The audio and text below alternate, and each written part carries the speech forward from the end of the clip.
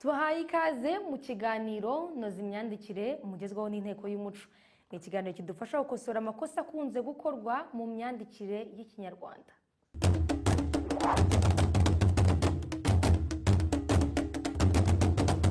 Uyu munsi turagaruka ku makosa ashingiye kwitiranya imyandikire y'amagambo naho na naho, ndetse n'ashingiye kwitiranya imyandikire y'amagambo naho na naho.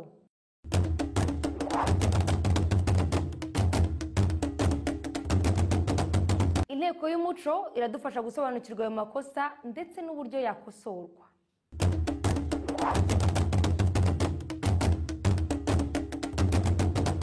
Mwatubwira muri interuro ikurikira hari amakosa y'imyandikire agaragaramo. Aho hantu naho guhinga imboga. Urakoze.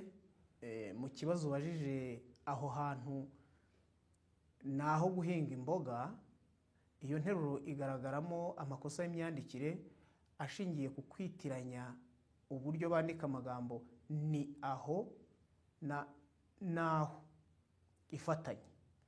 Amagambo ni aho atandukanye ni itandukanye naho yandikwa mu guhamya ingingo y'ahantu havugwa, naho ijambo naho cyangwa se naho rifatanye ryandikwa humvikanishwa guhindura ingingo ivugwa. Iri jambo ni inyumane zikaba zandikwa zifatanye buri gihe. Twatanga izindi ngero kugira ngo tubyumve neza, uzabimubwire naho atabyemera. Murumva ko ingingo ikurikiye naho ibusanye n'iya mbere. Mushaka umwanya naho ubundi twarakerewe, iyo naho nayo irafatanye. Hariya atuye ni aho yiguriye, iyo ni aho biratandukanye mu myandikire. Mu kunoza imyandikire y'iyo nteruro watanze rero tuzandika dutya: aho hantu ni aho guhinga imboga, ni itandukanye na aho.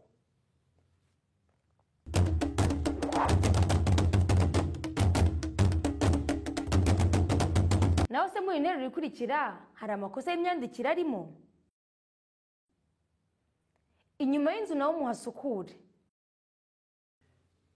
Nibyo koko mu nteruro utanze yanditse ku buryo bukurikira: inyuma y'inzu naho muhasukure. Iyo nteruro iragaragaramo amakosa y'imyandikire. Ayo makosa akaba ashingiye ku kwitiranya amagambo naho bidafatanye na naho bikase. Ayo magambo rero yandikwa mu nteruro zitari zimwe kandi zitandukanye.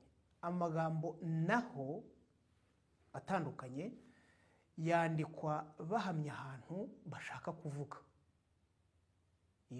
Iyo naho itandukanye baba bashaka guhamya ahantu.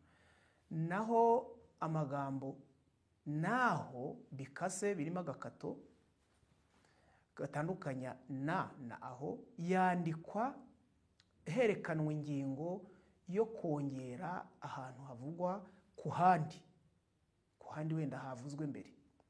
Twatanga izindi ngero kugira ngo tubyumve neza. Naho harashyuha, ubwo hari aho bari bavuze hashyuha none bavuze haje n'ahandi.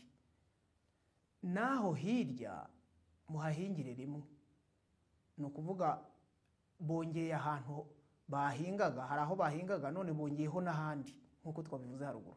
I Kigali naho bidafatanye imvura yaguye.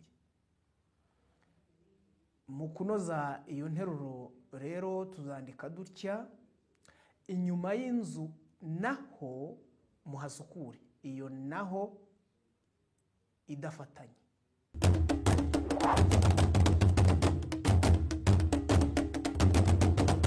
Murakoze ku bisobanuro muduhaye.